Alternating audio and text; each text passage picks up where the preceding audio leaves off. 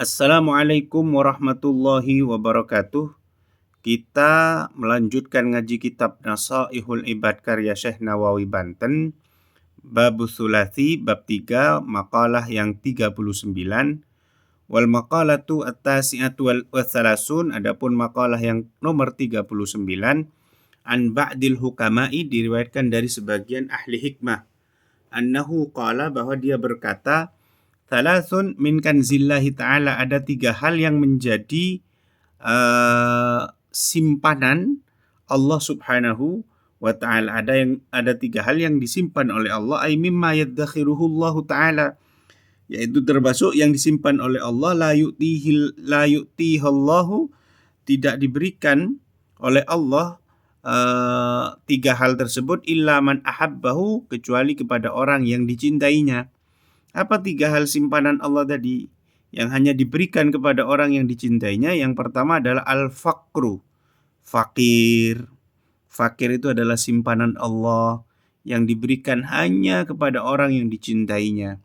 Wa huwa faqdu ma yuhtaju ilaih. Fakir itu adalah tidak punya sesuatu yang dibutuhkan. Dia tidak mendapati sesuatu yang dibutuhkan. Butuh apa dia tidak ada, itu berarti dia fakir. Wal maradu, dan sakit. Wa huwa ya'ridu lil badan. Marad itu, penyakit itu adalah sesuatu yang datang ke badan, fayukhrijuhu, kemudian penyakit tersebut mengeluarkan badan, anil i'tidalil khas, dari keseimbangan yang tertentu, dari keseimbangan tubuh.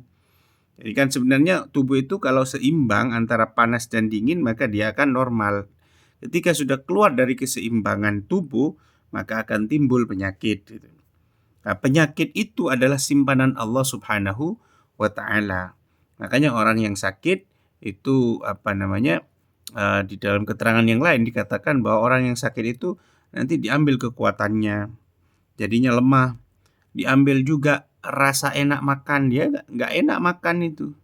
Diambil juga dosanya, ya. Diambil juga dosanya. Begitu sudah sudah sembuh, maka dikembalikan kekuatannya, dikembalikan rasa enak makan itu tadi, tapi tidak dikembalikan dosanya, dibuang oleh Allah Subhanahu wa ta'ala, sehingga sakit itu menjadi pelebur dari dosa-dosa kita. Tentu dosa-dosa yang kecil, ya. Kalau dosa-dosa yang kabair tidak bisa ditebus dengan seperti itu, tapi harus ditaubati dengan taubatan nasuha. Yang ketiga adalah wasabru, sabar. Apa sabar itu? Wa huwa tarkus syakwa.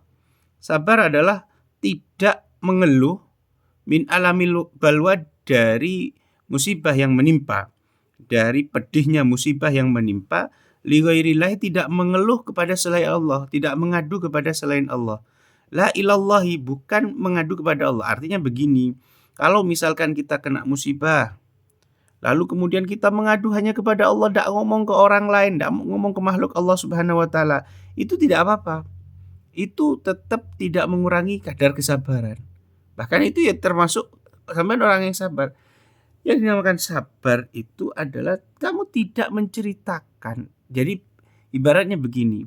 Ibaratnya kalau ada seorang anak diperlakukan dengan jelek, misalkan dipukul oleh ayahnya, lalu dia cuma mengadu, mengeluh, protes ke bapaknya, itu ya tidak menjadi soal. Pak, sampean kok gini sih? Kok gini, Pak? Jangan begitu dong, Aku sakit, tidak apa-apa.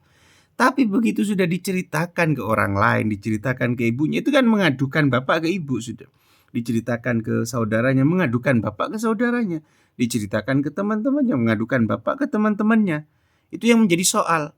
Ketika kita dipukul Allah, ketika kita dikasih musibah Allah, dikasih sesuatu yang gak enak oleh Allah, lalu kita mengeluh ke Allah, mengadu ke Allah, itu tidak jadi soal. Tapi ketika kita mengadukan itu ke orang lain, menceritakan ke makhluk, menceritakan ke istri kita, dan seterusnya ke sanak saudara kita, ke teman-teman kita, ke circle kita, itu berarti kita mengadukan Allah kepada orang lain. Itu yang tidak boleh.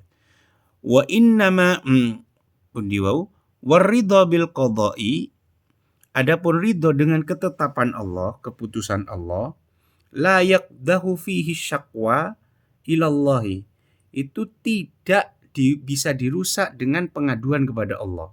Wala ila ghairi, dan juga tidak bisa dirusak dengan pengaduan kepada selain Allah. Maksudnya begini, ini ridho dengan sabar itu beda gitu loh. Kalau Anda mengalami kalau Anda ridho dengan qadha dan ridho dengan qadha Allah Subhanahu wa taala, maka kamu mengadu kepada Allah pun itu tidak menjadi soal. Tidak merusak keriduanmu kepada qadha tadi. Mengadu kepada selain Allah pun juga tidak merusak keriduanmu kepada qadha tadi. Tapi kalau kamu mengadukan Allah kepada selain Allah, itu bisa merusak kesabaranmu. Jadi sabar itu bisa dirusak dengan mengadukan permasalahanmu kepada selain Allah. Tapi kalau mengadu kepada Allah tidak merusak kesabaran. Tapi itu tidak merusak qadha, tidak merusak keriduan gitu loh. Keriduan kepada qadha dan qadar. Jadi kalau keriduan kepada qadha dan qadar, meskipun kamu mengadukan, mengeluh kepada Allah, kepada orang lain, itu tidak yakdahu, tidak merusak itu tadi. Wa innama yakdahu, akan tetapi mengadukan, mengeluh kepada Allah ataupun pada selain Allah itu merusak birridha fil maqdi. Ridho terhadap objek yang ditetapkan, objek penetapan. Wa innama lazima ar-ridha bil qadha, sesungguhnya wajib untuk ridho terhadap qadha Allah. Li'annal abda, karena sesungguhnya hamba, la budda ayyardha bihukmi sayyidi, itu harus mau tidak mau dia ridho dengan keputusan tuannya. Kada fit ta'rifat li Said Ali Al-Jurjani. Begitu yang dijelaskan dalam At-Ta'rifat karyanya Said Ali Al-Jurjani. Saya ingin bicara ini. Jadi ada ar-ridha bil qadha, ridho dengan ketetapan Allah. Itu harus kita lakukan. Kenapa? Karena kalau kita ridho dengan ketetapan Allah itu adalah perbuatan Allah. Jadi keputusan Allah itu adalah perbuatan Allah. Tapi kalau ridho dengan maqdi, objek yang ditetapkan, objek penetapan Allah, itu objek penetapan itu adalah hasil perbuatan Allah.